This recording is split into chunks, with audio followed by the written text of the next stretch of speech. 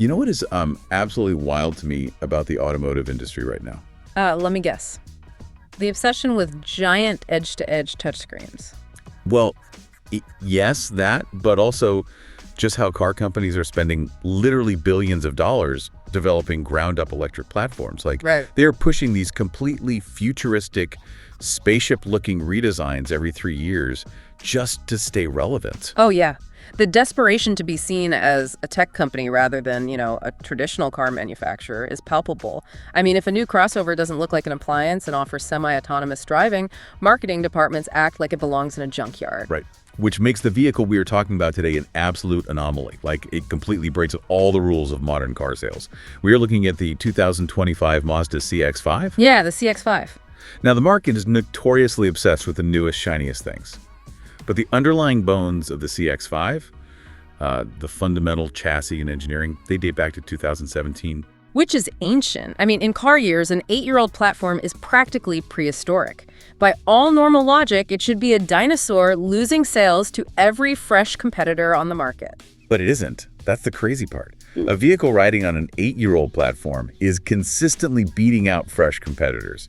It is winning over driving enthusiasts and flying off dealer lots. People just universally praise it as this luxury bargain, a total driver's dream. Exactly. But that sets up a massive tension for anyone. Like, if you are looking to buy an SUV right now, is this aging crossover actually worth your hard-earned money?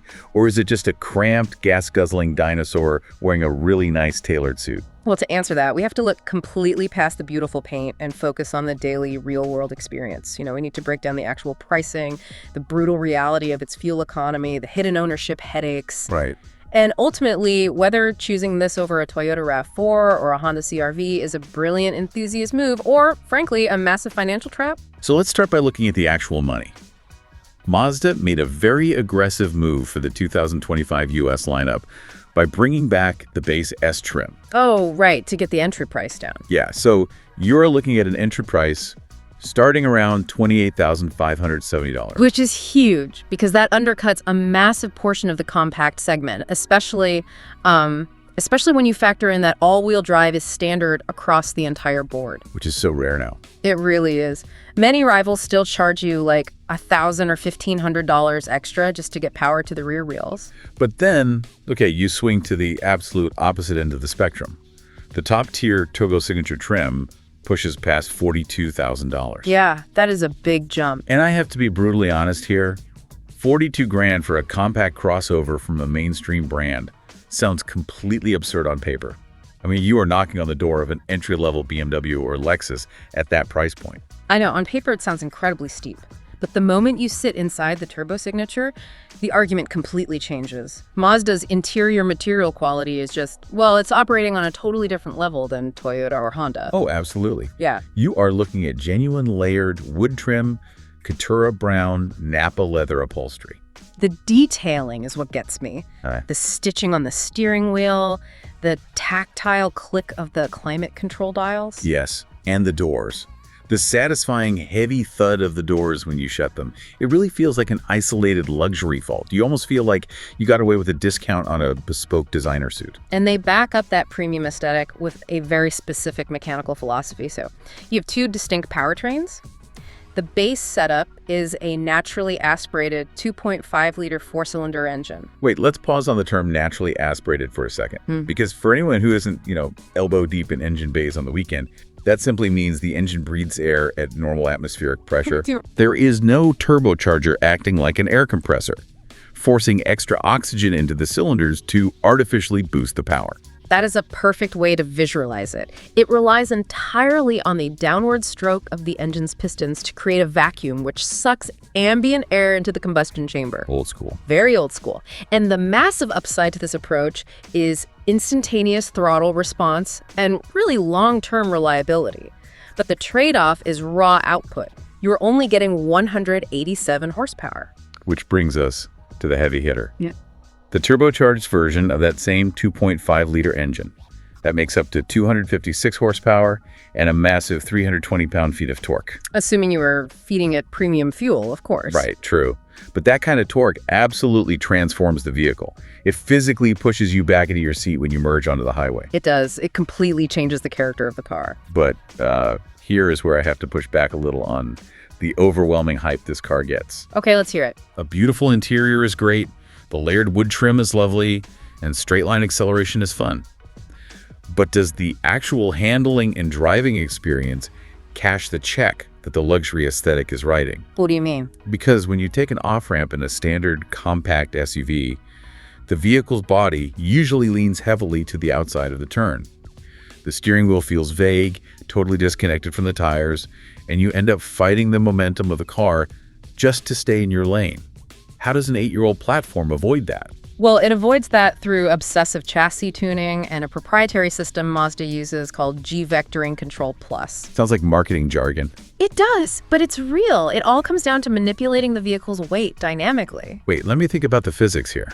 When you are driving and you suddenly lift your foot off the gas pedal, the car's weight aggressively shifts forward. The nose dives, right? Right. And that compresses the front suspension, which pushes the front tires harder into the pavement. Exactly, which flattens the tires out slightly, increasing the size of their contact patch on the road. So the tires temporarily have more grip. Is that what the computer's doing? Like, when I turn the steering wheel, is it intentionally manipulating the engine power to create that weight shift? You nailed the physics perfectly. When you initiate a turn, the computer reduces engine torque by a tiny, imperceptible fraction of a second. Oh, wow. Yeah, it shifts the weight onto the front axles just enough to sharpen the turn-in response and completely eliminate that sloppy, floating feeling. So it does not feel like a top-heavy utility vehicle when you throw it into a corner. It feels incredibly planted. Man, that is a level of engineering detail you usually only see in German sports sedans. It really is. But, designing a car is always a game of compromises. Because so far, it sounds flawless, looks gorgeous, drives like a lifted sports car, interior rivals luxury brands, but at the end of the day, you still bought a utility vehicle. Right. How does it handle actual everyday utility? Well, this is where the cracks really start to show. To get that aggressive shark-like nose and that sloping sporty roofline in the back, Mazda had to sacrifice interior volume. Form over function. Form completely overtook function. The cargo capacity is undeniably tight. You are looking at just 30.8 cubic feet of space behind the rear seats. And 40.8 cubic feet sounds like an abstract number, but let's put that into the real world. If you are trying to fit a bulky double stroller, a massive haul of weekend Costco groceries, and maybe a large dog in the back, you are going to be playing a high-stakes game of Tetris. Oh, absolutely. To give you context, the RAV4 gives you over 37 cubic feet. The Honda CR-V gives you over 39. That is a noticeable, undeniable difference in daily utility. It is. The sloping rear hatch aggressively cuts into your vertical cargo space.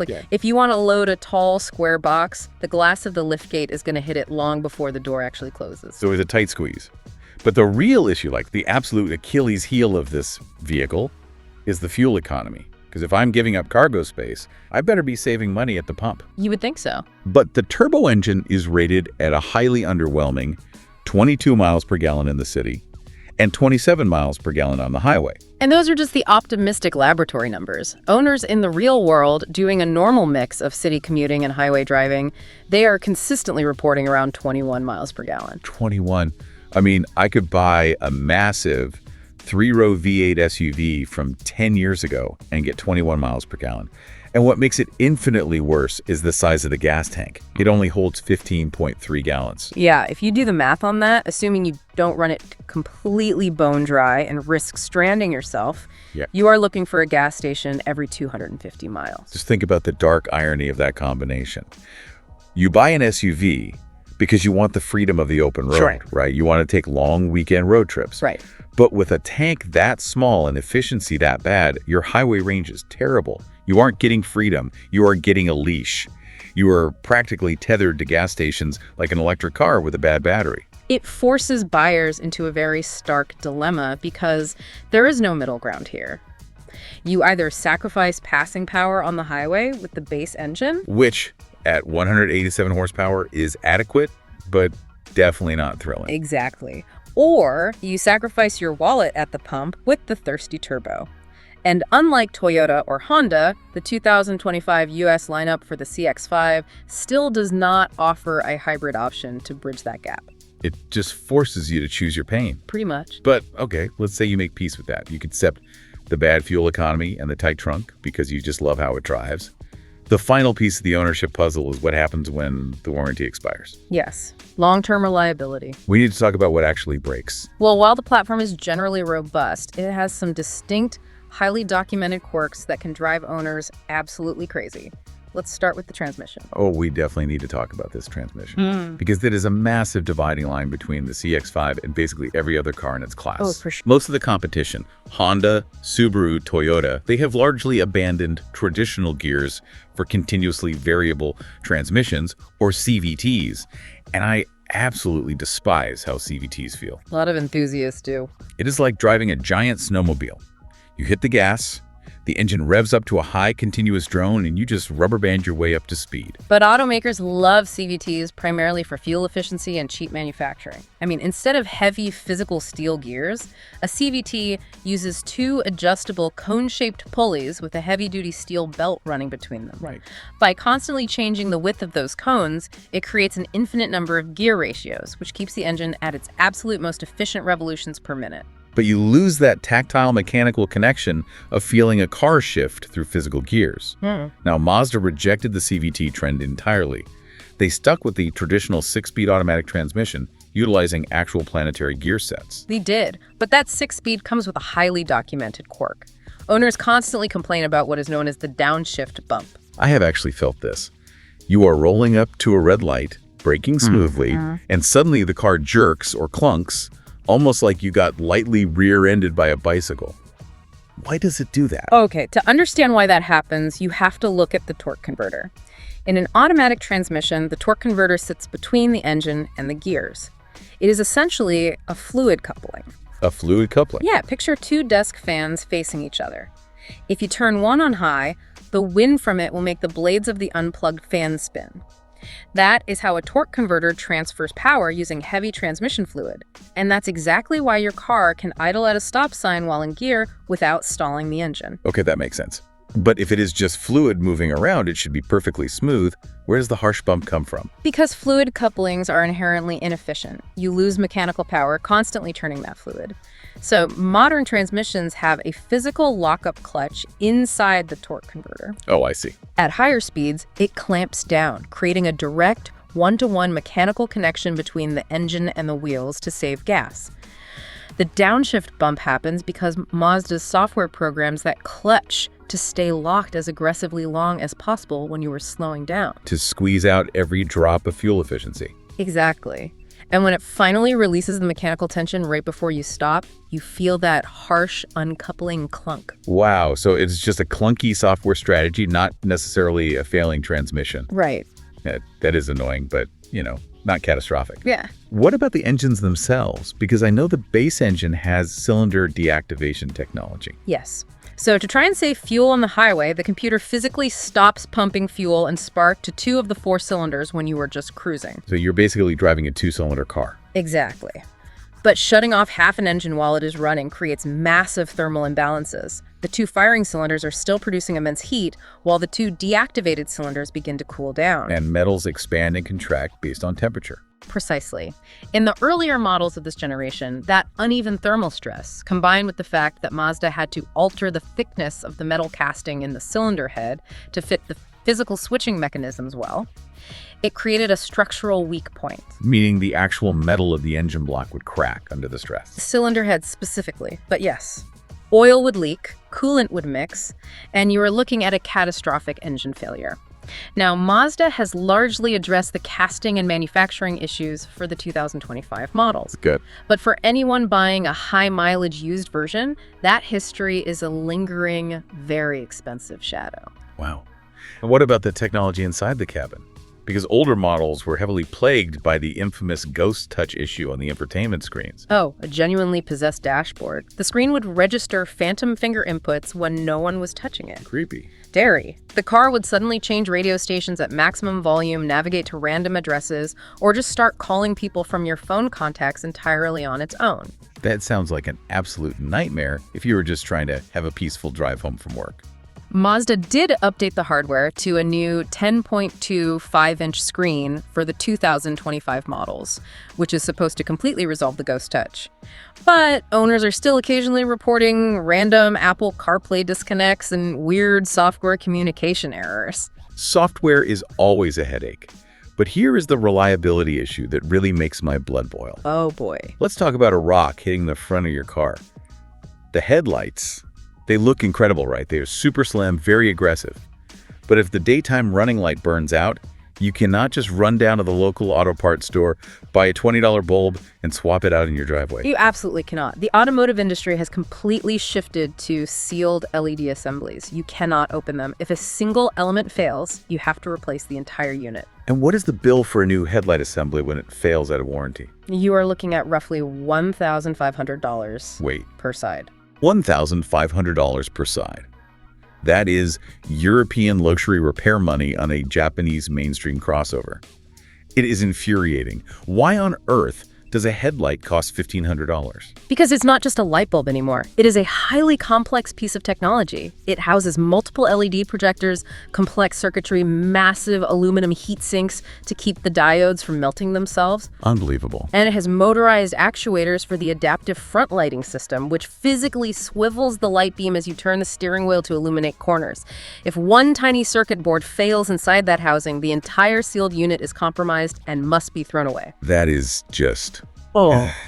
So bringing all of this together, the gorgeous premium interior and the incredible planted driving dynamics weighing against the cramped cargo space, the terrible fuel range, and those quirky extensive repair bills. I really think the 2025 Mazda CX-5 is an honest, slightly flawed masterpiece. That is a very balanced assessment, honestly. It is the perfect vehicle for singles, young couples, or driving enthusiasts who want an upscale daily experience, but who do not actually need to haul massive amounts of cargo on a regular basis. Yeah. If you want maximum cargo space and maximum miles per gallon, go buy a Toyota RAV4. You'll be very, very happy hauling your stuff around. But if you want to actually smile when you hit a highway on-ramp, you buy the CX-5. But, you know, there's a massive shadow looming over anyone considering buying this car right now. Heavy industry rumors are firmly pointing to a completely redesigned, hybrid-powered 2026 CX-5 being just around the corner. Right, the redesign. And it is heavily expected to borrow highly efficient, proven hybrid technology directly from Toyota. Which leaves us with a massive, provocative question for anyone shopping right now. Yeah. If a radically new hybrid model is just months away, is buying this agent 2025 model the smartest, most bulletproof reliability play you can make because all the manufacturing bugs are finally worked out? Or is buying an 8-year-old platform right before a massive technological leap the dumbest depreciation trap you could possibly walk into? It is the classic automotive dilemma. Do you value proven old-school mechanics, or do you wait for the cutting edge of efficiency? We want to know what you think. Drop a comment, debate it, and let us know how you think the CX-5 stacks up against the competition. Just remember, whether you are chasing the newest technology or navigating the muddy waters of a car purchase, things are rarely as simple as new versus old. Sometimes, the clearest answer is found right in the middle of those compromises.